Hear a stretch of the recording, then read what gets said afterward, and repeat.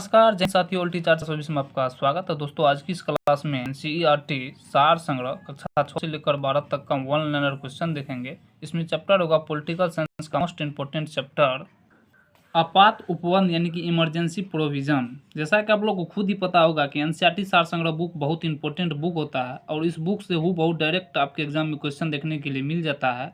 उसमें भी आपात उपबंध बहुत इंपॉर्टेंट चैप्टर होता है। तो चलिए वीडियो की शुरुआत करते हैं। फर्स्ट क्वेश्चन है कि आपातकाल में किसी राज्य विधानसभा की अवधि बढ़ाई जा सकती है तो संसद द्वारा बढ़ाया जाता है। अगला क्वेश्चन है कि किसने कहा था कि राष्ट्रपति का आपातकालीन अधिकार संविधान के साथ धोखा है तो हृदयनाथ कुंजरू ने। अगला क्वेश्चन है कि राज्य में राष्ट्रपति शासन किसकी सलाह पर लागू किया जाता है तो राज्यपाल के द्वारा। अगला क्वेश्चन है कि राष्ट्रपति शासन अधिकतम कितनी अवधि तक लगाया जा सकता है तो अधिकतम 3 वर्ष तक लगाया जाता है।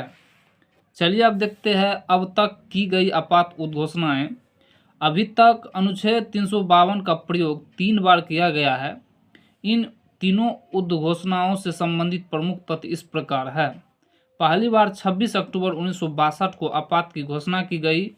इसका कारण था कि सितंबर 1962 में चीन ने नेफा क्षेत्र पर आक्रमण कर दिया था और इस क्षेत्र को अब अरुणाचल प्रदेश कहा जाता है।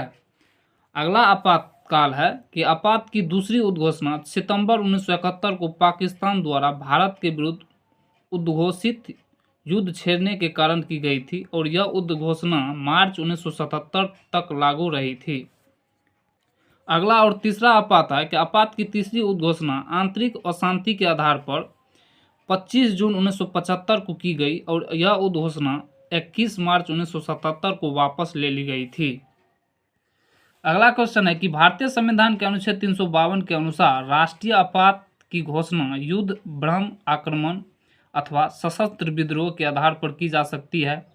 अगला है भारतीय संविधान के किस अनुच्छेद के अंतर्गत भारत सरकार का दायित्व है कि वह भ्रम, आक्रमण एवं आंतरिक अशांति से राज्यों की रक्षा करे तो अनुच्छेद 355। अगला है भारतीय संविधान के किस अनुच्छेद के अंतर्गत किसी राज्य में राष्ट्रपति शासन लागू किया जा सकता है तो अनुच्छेद 356 के तहत। अगला है भारत में वित्तीय आपातकाल की घोषणा अभी तक एक बार भी नहीं की गई है।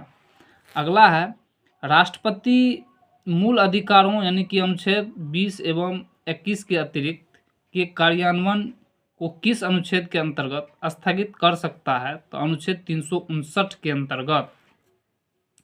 अगला क्वेश्चन है कि संसद द्वारा आपातकाल की घोषणा का अनुमोदन कितनी अवधि के अंतराल में होना आवश्यक है तो 1 माह के यानी कि 1 महीना के अंतराल में। अगला है भारतीय संविधान के अनुच्छेद 356 के अंतर्गत राष्ट्रपति शासन सर्वप्रथम किस राज्य में लागू किया गया था तो पंजाब में। अगला है राष्ट्रीय आपातकाल में लोकसभा की अवधि आपातकाल के समाप्ति तक बढ़ाई जा सकती है लेकिन एक समय में केवल 1 वर्ष के लिए ही बढ़ाई जा सकती है। चलिए अब देखते हैं आपातकाल के प्रकार एवं प्रभाव को। आपातकाल 3 प्रकार से लगाया जा सकता है: राष्ट्रीय आपात, राज्य आपात और वित्तीय आपात। राष्ट्रीय आपात अनुच्छेद 352 के तहत लगाया जाता है और इसमें राष्ट्रीय आपातकाल के दौरान संघ और राज्यों के मध्य शक्ति का विभाजन समाप्त हो जाता है और संघ राज्य सूची के विषय पर भी विधि का निर्माण कर सकती है। भारत की संघात्मक प्रणाली एकात्मक रूप में कार्य करने लगती है और अब तक राष्ट्रीय आपात का प्रयोग 3 बार किया जा चुका है।